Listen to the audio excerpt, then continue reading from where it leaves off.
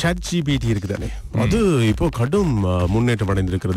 அதாவது எல்லா ஆப்பையும் பின்னால தள்ளிட்டு போயிடுதுன்னு சொல்லி நாங்கள் சொல்லியிருந்தோம் தானே. எல்லா ஆப்பையும் பின்னால தள்ளிட்டு இதுதான் இப்போ நம்பர் 1 ஆப்பாக இருக்கு. அந்த அளவுக்கு மக்கள் மத்தியில் அதிக வரவேற்பை பெற்று விட்டது.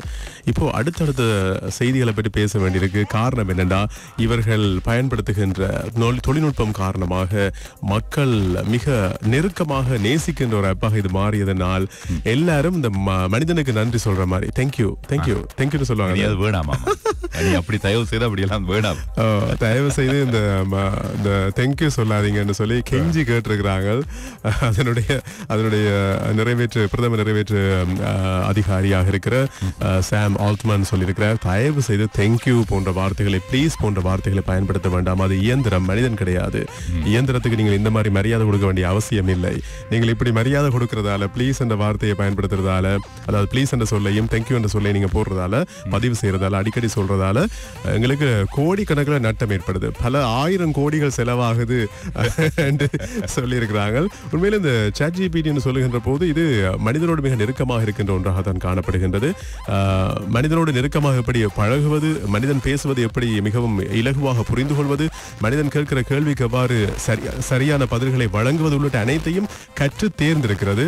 RLHF அப்படின்ற தொழில்நுட்பத்தை இது உள்வாங்கி இருக்கிறது. அதன் காரணமாக தான் இந்த அளவுக்கு மிக சிறந்த முறையில் செயற்படுவதாக எல்லாரும் சொல்கிறார்கள். இப்ப சொல்லப்பட்டிருக்கிற விஷயம் அந்த தேங்க்யூ என்றும் மற்றது என்ன ப்ளீஸ் என்று சொல்ல வேண்டாம் என்று சொல்லி நேற்றைய தினம் கத்தோலிக்க திருச்சபையினுடைய தலைவரான பரிசுத்த பாப்பரசர் பிரான்சிஸ் அவர்கள் காலமான செய்தியை எங்களது சமூக வலைத்தளங்கள் நேற்று பிற்பகல் வேளையில் சமூக வலைத்தளங்களில் அதிகமாக பகிரப்பட்ட செய்தியாக, உலக தலைவர்கள் கூட இப்பொழுது இரங்கல் செய்தியை அவர்கள் தெரிவித்துக் கொண்டிருக்கிறார்கள். இப்பொழுது 9 தினங்கள் அங்கே துக்க தினமாக அவரை நினைவு கூர்ந்து அது துக்க தினமாக பிரகடனப்படுத்தியிருக்கிறாங்க, அறிவிச்சிருக்கிறாங்க.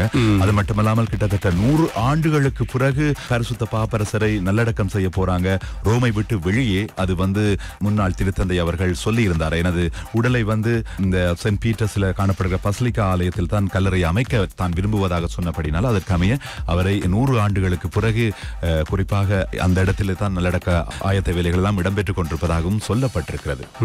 அதாவது மிகவும் இயலாமல் போன பிறகு கூட, உடல்நிலை மிகவும் பாதிக்கப்பட்ட பிறகு கூட அவர் கட்டாயமான ஓய்வில் தான் இருக்க வேண்டும் என்று மருத்துவர்கள் அறிவுறுத்திய பிறகும் கூட பக்தர்களுக்கு, கிறிஸ்தவர்களுக்கு, உலக மக்களுக்கு தன்னுடைய ஆசீர்வாதத்தை வழங்கியாக வேண்டும் என்று பொது களத்தில் இறங்கி பொது இடங்களுக்கு சென்று ஆசீர்வாதங்களை வழங்கி இருந்தார். நேற்றைய தினம் கூட நாங்கள் காலையில் காசா, அதே மாதிரி இஸ்ரேல் போன்ற நாடுகளுக்கான யுத்தங்களை நிறுத்த வேண்டும், ஏழைகளுக்கு உதவுங்கள், பட்டினியால் நிறைய மக்கள் வாடிக்கொண்டிருக்கிறார்கள், அவர்களுக்கு உதவுங்கள் என்று சொல்லி நாங்க பாப்பரசர் சொன்ன செய்தியை சொல்லியிருந்தோம். அந்த அளவுக்கு இயலாமல் போன பிறகு கூட அவர் தன்னுடைய அந்த முக்கியத்துவத்தை உணர்ந்து செயற்பட்டார் என்பது மிக முக்கியமான ஒரு விஷயம். யானை என்று சொல்லும் போது அதனுடைய முகத்தை பார்க்கும் போதே ஒரு விதமான ஒரு பாசம் நிறைந்த ஒரு தன்மை தெரியும். யானையின் உருவம் பெருசா இருந்தாலும் முகத்தை பார்க்க என்னடா இப்படி அப்ராணி, அதுதான் அதோட உருவத்துக்கும் அதோட பார்வைக்கும் சம்பந்தமே இருக்காது. என்னடா இவ்வளவு அமைதியான குழம்புறதுதான். அதுக்கப்புறம் என்ன யானை மதம் பிடிச்சா என்ன நடக்கும்னு தெரியும் என்ன யானைக்கு. இந்த மாதிரி இருக்கும்போது யானை பற்றி ஒரு விஷயத்த சொல்றோம். சுவிஸ்ல இருக்கிற ஒரு மிருக காட்சி சாலையில 19 வயதான ஆசிய பெண் யானை ஒன்று குட்டி ஒன்று ஈன்றெடுத்திருக்கிறது. அப்படியானால் ஒரு குட்டி ஆசிய யானை, ஆசிய யானை. அந்த யானைக்கு Z இடத்துல ஆரம்பிக்கிற மாதிரி ஒரு பெயரை வைக்க போறாங்களாம். இன்னும் பெயர் வைக்கப்பட இல்லையாம். இந்த யானை குட்டியினுடைய தாயின் பெயர் என்ன தெரியுமா? தாயின் பேர் ஃபர்ஹா. அதே மாதிரி தந்தையின் பேர் தாய். சரி, இந்த மாதிரி 2 பேர்களை அறிவிச்சிருக்கிறாங்க, தாய் தந்தையாருடைய பெயர்கள் என்று. அதே மாதிரி இந்த யானை கூட நல்லா சுறுசுறுப்பா இருக்காம். ஆசிய யானைகளை காக்க வேண்டியது ஒரு முக்கியமான கடமை. இன்றைய காலகட்டத்தில் யானைகள் மிகப்பெரிய அளவில் அழிந்து போய் கொண்டிருக்கின்றன. அதுவும் குறிப்பாக ஆசிய யானைகள் உலகம் முழுவதும் மிகவும் குறைந்த எண்ணிக்கையில் இருக்கின்றன. எனவே இந்த யானைகளை வைத்து இதனூடாக இனப்பெருக்கத்தை செய்து மேலும் யானைகளுடைய எண்ணிக்கை அதிகரிக்க திட்டமிட்டிருக்கிறதாக சுவிஸ்ல அந்த மிருக காட்சி சாலையிலிருந்து அதிகாரிகள் அறிவித்திருக்கிறாங்க. Super super. இப்ப நம்ம சாய் சுதர்சனை பற்றி பேச போறோம். யார் அந்த சாய் சுதர்சன்? இப்ப குஜராத் டைட்டன்ஸ் அணி இளையலத்தில் எடுக்கப்பட்டு மிகச்சிறப்பாக விளையாடி கொண்டிருக்க தமிழக வீரன். அவர் 2001ஆம் ஆண்டு தான் பிறந்திருக்க, 23 வயசு தான். கலக்கி கொண்டிருக்க காலையில சூப்பர் ஸ்போர்ட்ஸ்ல நாங்க சொல்லியிருந்தோம். அக்டோபர் 15ஆம் தேதி அவருக்கு 24 வயதாக போகுது. பாத்தீங்களா, சின்ன பொடியன் தானே.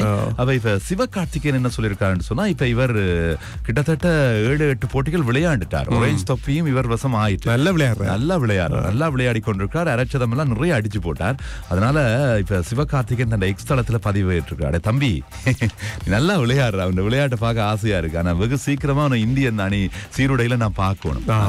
நேஷனல் டீம்ல தேசிய அணியில் இடம் பிடிக்கிறத பார்த்து ரசிக்கணும் என்று சிவகார்த்திகேயன் ஆசைப்பட்டிருக்கார். சிறப்பாக விளையாடி ரொம்ப பிடிச்சிருக்காம். அதே மாதிரி இந்திய ஜெர்சியில உங்களின் அபார திறமையை காண காத்திருக்கேன் என்று சொல்லியிருக்கோம். மற்றது இந்த நடிகர்களுக்கு இடையிலான நட்சத்திர கிரிக்கெட் போட்டியெல்லாம் வைக்கும் போது சிவகார்த்திகேயனும் ஜெர்சி எல்லாம் போட்டு கொண்டு போய் விளையாடுவார். நம்ம பார்த்திருக்கிறோம்.